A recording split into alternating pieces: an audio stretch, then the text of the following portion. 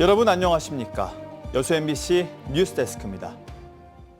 석유화학과 철강산업의 불황 속에서 지역 국가산단의 영업 부진이 지역 경기 전반의 침체로 이어지고 있습니다. 특히 지자체들은 지방세가 큰 폭으로 감소해 대책을 고민하고 있습니다. 김주희 기자가 보도합니다.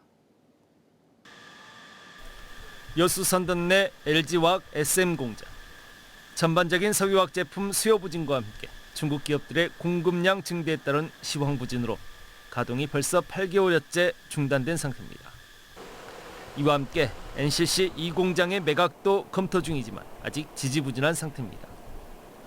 지역 경제의 한 축을 버텨오던 여수 산단 내 석유화학 기업들의 전반적인 영업 부진은 자치단체들에게도 직격탄이 되고 있습니다. 지자체의 지방세 급감으로 이어지고 있는 겁니다. 올해 들어 지난 10월 말까지 여수시의 여수산단 입주기업들이 낸 지방세는 567억여 원으로 지난해와 지난 2022년에 비해 1,000억여 원 이상 큰 폭의 감소세를 보였습니다. 2019년도에서 20년도 있지 않습니까? 코로나 시기 때 그때 한번 500~600억 정도 감소가 됐었습니다. 한 600억 정도. 근데 이번에는 거의 그 수준에 오버되는 2배 정도의 이제 감소가 된 거죠. 광양시의 사정도 크게 다르지 않습니다. 광양산단 매출의 절대 비중을 차지하고 있는 포스코 광양제철소가 올해 들어 지난 10월 말까지 광양시에 납부한 법인 지방소득세는 78억여 원. 지난해 155억 원 대비 반토막이 났고 지난 2022년 876억 원이었던 것에 비해 10분의 1 수준으로 급감했습니다. 사정이 이렇다 보니 자치단체들도 대책 마련에 분주합니다. 전남도와 협업해 화학제철단지의 경쟁력 강화 방안 등을 모색하고 있습니다.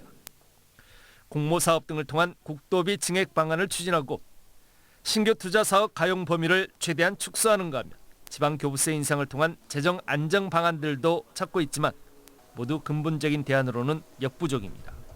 재정적인 문제가 하루아침에 어떻게 개선되는 것도 아니고 이게 우리 광양시만의 문제도 아니기 때문에 전체적인 국가적인 대안이 필요하다고 봅니다. 여수와 광양 국가산단 입주 기업들의 불황에 직격탄을 맞고 있는 자치단체들. 지역 경제의 한 축을 떠받들고 있던 석유 철강 기업들의 극심한 불황은 내년에도 지속될 것으로 예상되고 있습니다. 이와 함께 마땅한 돌파구를 찾지 못하고 있는 자치단체들의 고민도 깊어지고 있습니다. MBC 뉴스 김주희입니다. 앞서 보신 것처럼 수출 둔화에 내수 침체까지 최근 지역 경제가 많이 어렵습니다. 내년에도 상황이 좀처럼 좋지 않은데요. 부동산 경기도 얼어붙을 전망입니다. 윤근수 기자입니다. 내년 경제 전망의 핵심 변수는 트럼프 2기 행정부 출범입니다.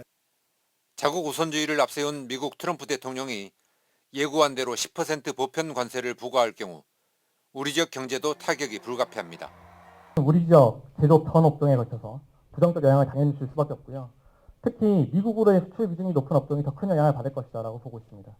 대표적으로 광주의 자동차와 같은 업종을 들 수 있는데요. 한국은행은 광주 전남의 주력 수출업종 중 석유화학과 철강, 자동차 부문이 부정적인 영향을 받을 것으로 전망했습니다. 친환경 에너지 정책이 후퇴하면서 LNG 운반선 수주가 늘어나면 조선업 정도만 수출이 늘 것으로 내다봤습니다. 침체에 빠진 내수 소비 역시 전망이 밝지만은 않습니다.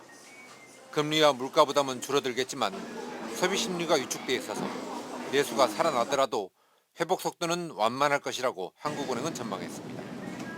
부동산 경기, 특히 아파트 시장은 사실상 하락세가 예상됩니다. 민간공원 특례사업 등으로 공급이 늘었는데 청년층 인구 유출과 고령화로 실거주 수요는 줄어들고 있기 때문입니다. 네, 내년도 광주 부동산 시장은 단기적으로는 공급 증가에 따른 가격 조정의 압력이 있을 것 같습니다. 원자재값 상승에 따른 고분양가와 대출 규제는 시세 차익을 노린 투기적 수요와 거래마저 제약하고 있습니다. 더욱이 광주는 전체 주택의 4분의 1이 10년 이내에 지어진 신축주택이어서 이전 수요도 크지 않을 것으로 보입니다. MBC 뉴스 윤문수입니다. 여수시의 내년 예산과 관련해 대규모 건설 사업을 지양하고 일자리 복지 사업을 확대해야 한다는 지적이 나왔습니다. 여수시의회 송하진 의원은 최근 본회의 5분 발언을 통해 막대한 혈세가 들어가는 전시, 치적 사업에 열을 올리고 있다는 불만이 적지 않다며 사업의 적정성과 시급성 등을 꼼꼼하게 검토해 예산을 집행해야 한다고 지적했습니다. 송 의원은 또 생활지원금과 저금리 대출, 실업자 및 청년 취업 지원 등 전반적인 복지 정책을 확대해야 한다고 강조했습니다. 추운 겨울 날씨에도 전남 동부 지역 시민단체들이 주말 집회를 열고 윤석열 대통령의 파면과 구속 수사를 촉구했습니다.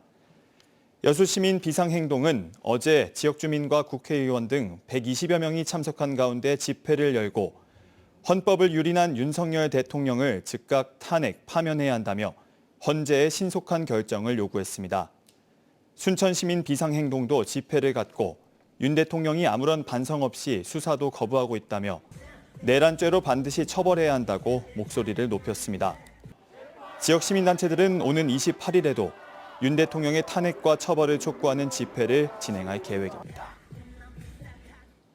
여수 소재지구 택지 개발 사업 특혜 의혹을 수사하고 있는 경찰이 정기명 여수시장을 입건했습니다. 전남경찰청 반부패 경제범죄수사 2대는 소재지구 택지 개발 특혜 의혹과 관련해 정기명 시장을 입건했으며 간부급 공무원과 건설업체 관계자 등도 수사 대상에 오른 것으로 알려졌습니다. 경찰은 소재지구 택지 개발 사업자 선정 과정에서 특정 건설업체에 특혜를 줬다는 고발장을 접수해 수사를 진행하고 있으며 지난 18일에는 여수시청 등을 압수수색한 바 있습니다. 월요일인 내일 전남 동부 지역은 구름 많고 흐린 날씨가 이어지겠습니다. 낮 최고 기온은 9도에서 10도로 오늘보다 3도가량 높겠지만 최저 기온은 영하 3도 안팎에 머물면서 추운 날씨를 보이겠습니다.